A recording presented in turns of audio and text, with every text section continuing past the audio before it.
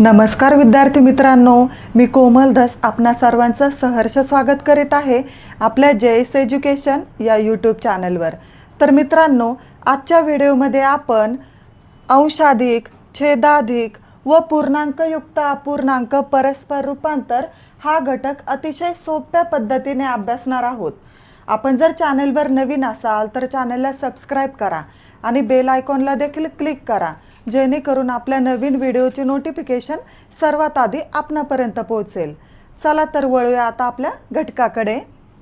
बघा, आपण अगोदर अंशाधिक, छेदाधिक व पूर्णांकयुक्त अपूर्णांक म्हणजे काय हे समजून घेऊया।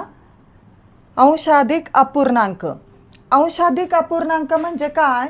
इथं बघा, अंशाधिक यामध्ये अंश अधिक म्हणजे अंश हा मोठा असतो।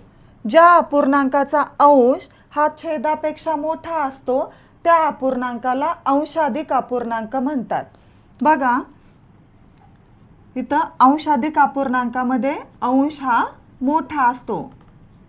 आपण एक एक्झाम्पल घेऊया, 3/2। बघा, 3/2 या अपूर्णांकाचा अंश आहे 3 आणि छेद आहे 2। हा अंश हा छेदापेक्षा मोठा आहे म्हणून हा अंशाधिक अपूर्णांक आहे। अजून एक एक्झाम्पल घेऊया, 11/5। इथं सुद्धा बघा, 11 हा अंश आहे आणि 5 हा छेद आहे। अंश हा छेदापेक्षा मोठा आहे म्हणून हा अंशाधिक अपूर्णांक आहे। आता आपण छेदाधिक अपूर्णांक म्हणजे काय ते पाहूया। छेदाधिक म्हणजे छेद हा मोठा, छेद हा अधिक म्हणजे छेद हा मोठा असतो। ज्या अपूर्णांकाचा छेद हा अंशापेक्षा मोठा असतो त्या अपूर्णांकाला छेदाधिक अपूर्णांक असे म्हणतात। छेदाधिक मध्ये छेद हा अंशापेक्षा मोठा असतो।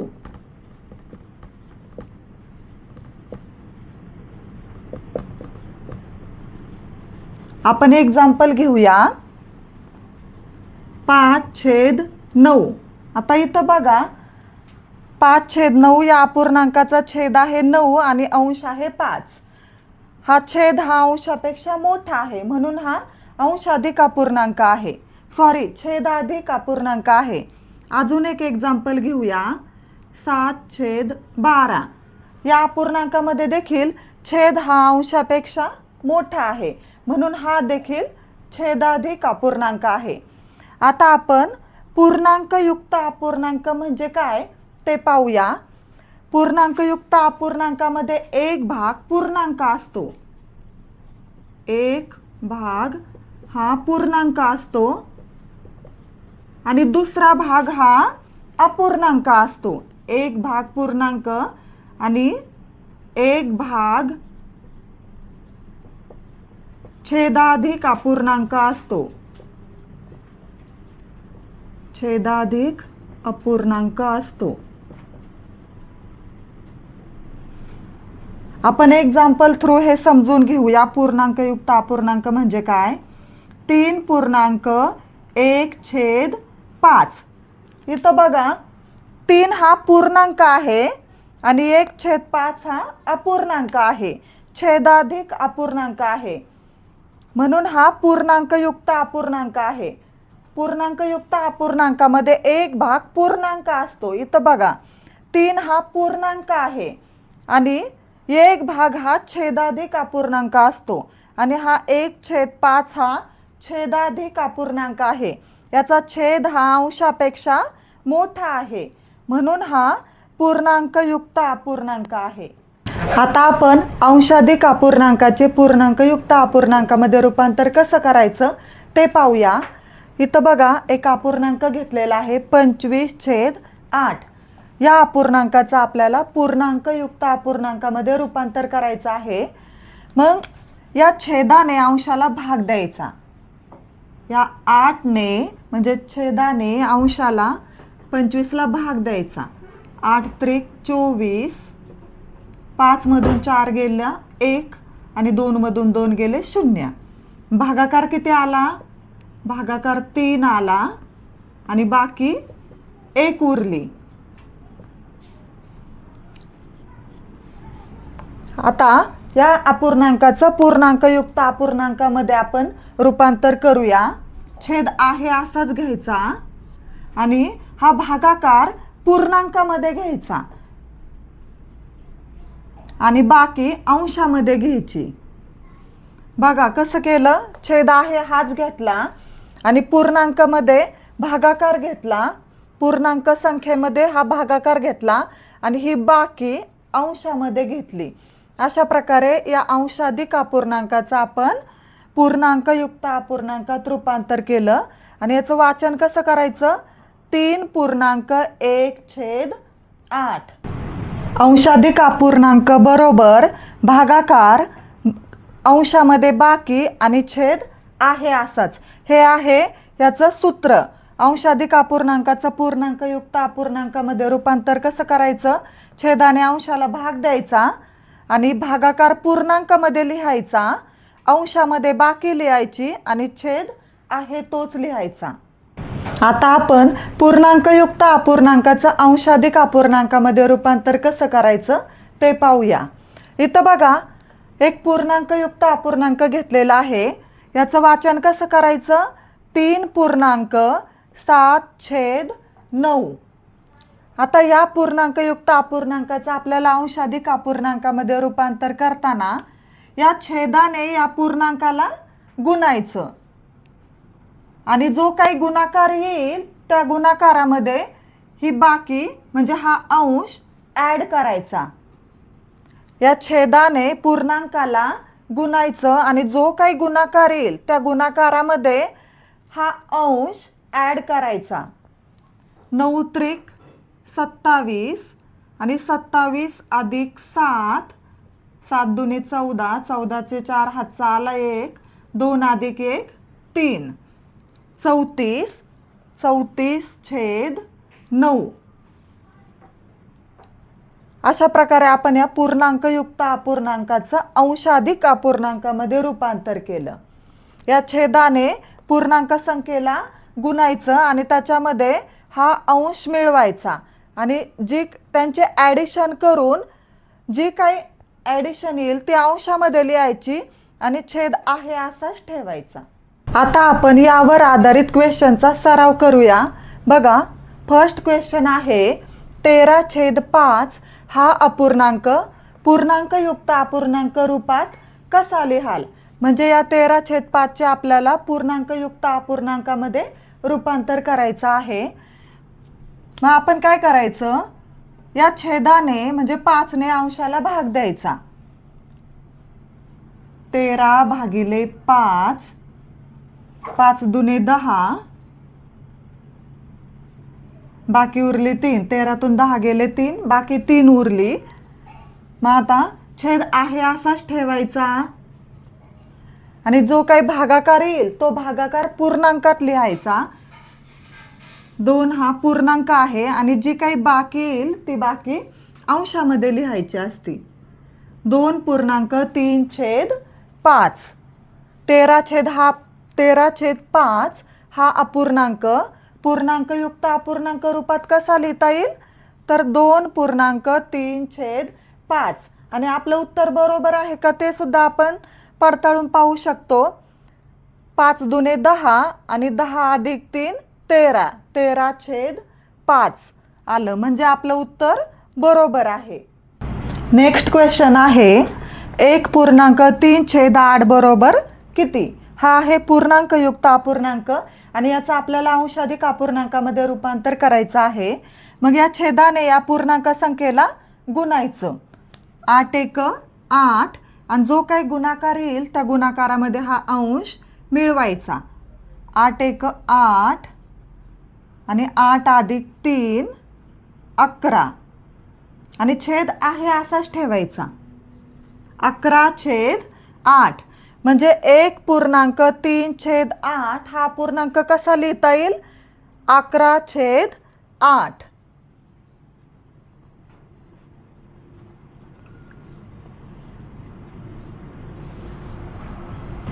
पुढचा क्वेश्चन आहे हे 4 अपूर्णांक दिले आहेत आणि यांपैकी वेगळा अपूर्णांक कोणता तो आपल्याला शोधायचा आहे. बघा या अपूर्णांकांकडे जर आपण काळजीपूर्वक पाहिलं तर यामध्ये काय दिसतंय. बघा 19/4 या अपूर्णांकाचा अंश हा छेदापेक्षा मोठा आहे. 17/4 या अपूर्णांकामध्ये देखील अंश हा छेदापेक्षा मोठा आहे. 3/4 या अपूर्णांकामध्ये अंश हा छेदापेक्षा लहान आहे. आणि इथं ह्या दोन्ही अपूर्णांकामध्ये अंश हा छेदापेक्षा मोठा आहे. आता हा अपूर्णांक पाहूया. 5/4 या अपूर्णांकामध्ये देखील अंश हा छेदापेक्षा मोठा आहे. मग वेगळा अपूर्णांक कोणता असेल तर 3/4. 3/4 हा अपूर्णांक वेगळा अपूर्णांक आहे. 19/4 हा अंशाधिक अपूर्णांक आहे. 17/4 हा देखील अंशाधिक अपूर्णांक आहे. आणि 5/4 हा देखील अंशाधिक अपूर्णांक आहे. परंतु 3/4 हा छेदाधिक अपूर्णांक आहे. याचा छेद हा अंशापेक्षा मोठा आहे आणि अंश हा लहान आहे. म्हणून इथं वेगळा अपूर्णांक आहे 3/4. आता पुढचा क्वेश्चन पाहूया. 120/17 चे पूर्णांकयुक्त अपूर्णांकात रूपांतर करा. हा आहे अंशाधिक अपूर्णांक आणि याचा आपल्याला पूर्णांकयुक्त अपूर्णांकात रूपांतर करायचं आहे. मग या 17 ने 120 ला भाग द्यावा लागेल. 120 भागिले 17. 17×7 119. बाकी एक उरली. मग या पूर्णांकयुक्त अपूर्णांकाचा अंशाधिक अपूर्णांक या अंशाधिक अपूर्णांकाचं पूर्णांकयुक्त अपूर्णांकात रूपांतर करताना जो भागाकार येईल तो भागाकार पूर्णांक संख्येमध्ये लिहायचा. छेद आहे तोच ठेवायचा आणि बाकी अंशामध्ये लिहायची. बाकी एक उरली. 7.1/17.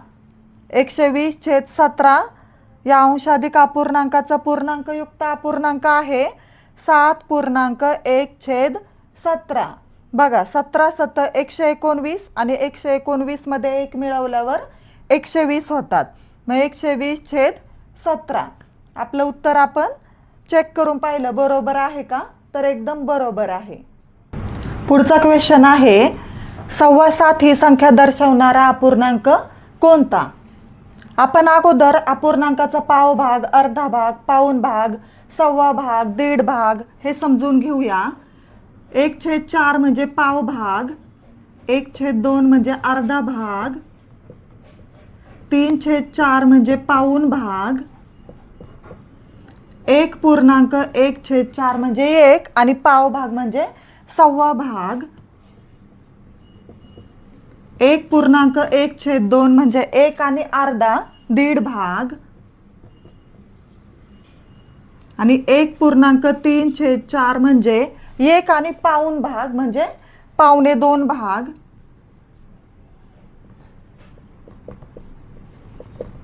पावणे 2 भाग.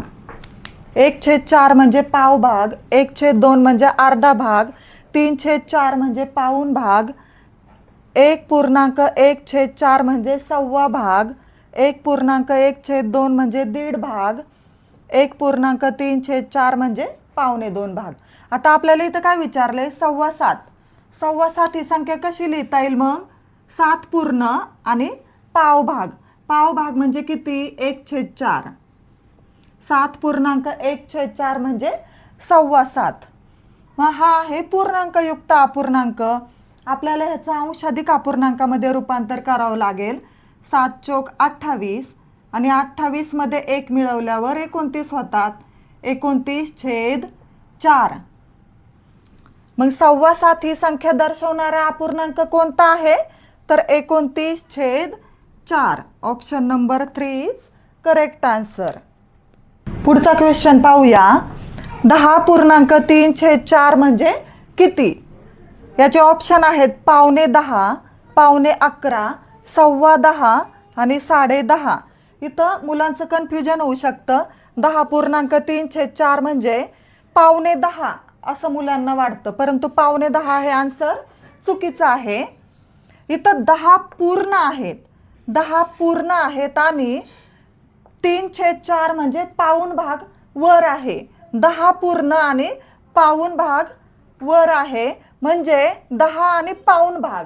10 आणि पाऊण भाग म्हणजे किती? 11:15. 10 आणि पाऊण भाग म्हणजे 11:15. मग 10.3/4 म्हणजे किती? तर 11:15. आता पुढचा क्वेश्चन पाहूया. हे 4 पर्याय दिले आहेत आणि या पर्यायातून 17.5 हा अपूर्णांक आपल्याला निवडायचा आहे. आता इथं 17.5 म्हणजे इथं 17 पूर्ण आहेत का? नाही. इथं सुद्धा मुलांचं कन्फ्युजन होतं. 17.5 म्हटलं का 17.4 असं मुलांना वाटतं, परंतु हे 17.3/4 म्हणजे 17 पूर्ण आणि पाऊण भाग आहे. हे 17.5 आहेत. आपल्याला इथं 17.5 हा अपूर्णांक शोधायचा आहे. 17.5 म्हणजे 17 पूर्ण नाहीत. 16 पूर्ण आणि 16 आणि पाऊण भाग मिळून 17.5 होतात. 16.3/4 म्हणजे 17.5. Option number 4 is correct answer. समजा आपल्याला 22.5 लिहायचं असेल तर मग 22 पूर्ण आहे का? तर नाही. 22.5 ही संख्या जर आपल्याला लिहायची असेल पूर्णांकयुक्त अपूर्णांकामध्ये तर आपल्याला 22 मधून आपण 1 वजा करायचा 21 आणि पाऊण भाग लिहायचा 3/4. इथं आपल्याला 17.5 विचारले होते. 17 मधून 1 वजा केला 16 आणि पाऊण भाग लिहिला. 16.3/4 म्हणजे 17.5. 21.3/4 म्हणजे 22.5.